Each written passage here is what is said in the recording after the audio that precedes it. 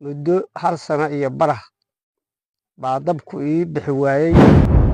labadayda boodi oo qoyan. maasha Allah halkan waxaa fadhiya saaxiibkay cali waa ninkan horta YouTube ku soo qaadanayo waan leeyahay anada wada dhamaystiran ma siiyo asna lacag dhamaystiran ma baxsho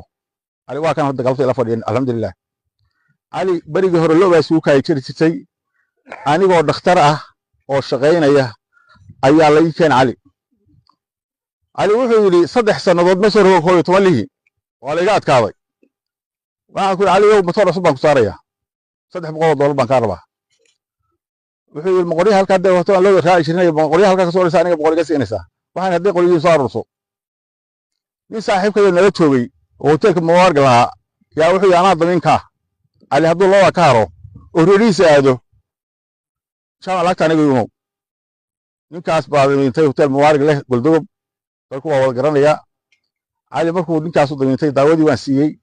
3 bilood markuu isticmaalaan soo noqday cali ninkii walaga waa wuxuu yiri ما علي ما يصير كتير سنة مايا ما شاء الله لو دي قبل من بلوت وده بيلقى اللي تكتب وصلك يا فهد لا عدد ولا حساب علي واي مغريا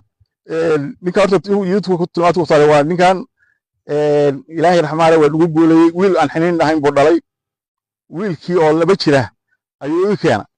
وإلمي كوبادا كنت تشابيه أنت دباسة رأينا علي ويدي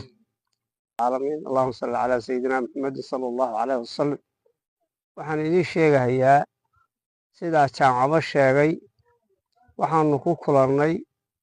daawadaas jaamac wadi jiray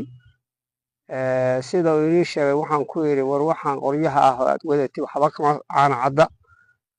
anigana muddo hal sano iyo barah baa dabku ii bixi waayey laba islaamoodna waa qabay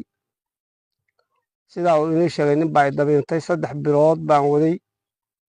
markaan 2 bilood qaatay baa hameenkii waxaan arkay labadayda boodi oo qoyan awalna dab ma jirin dabku ma shidmay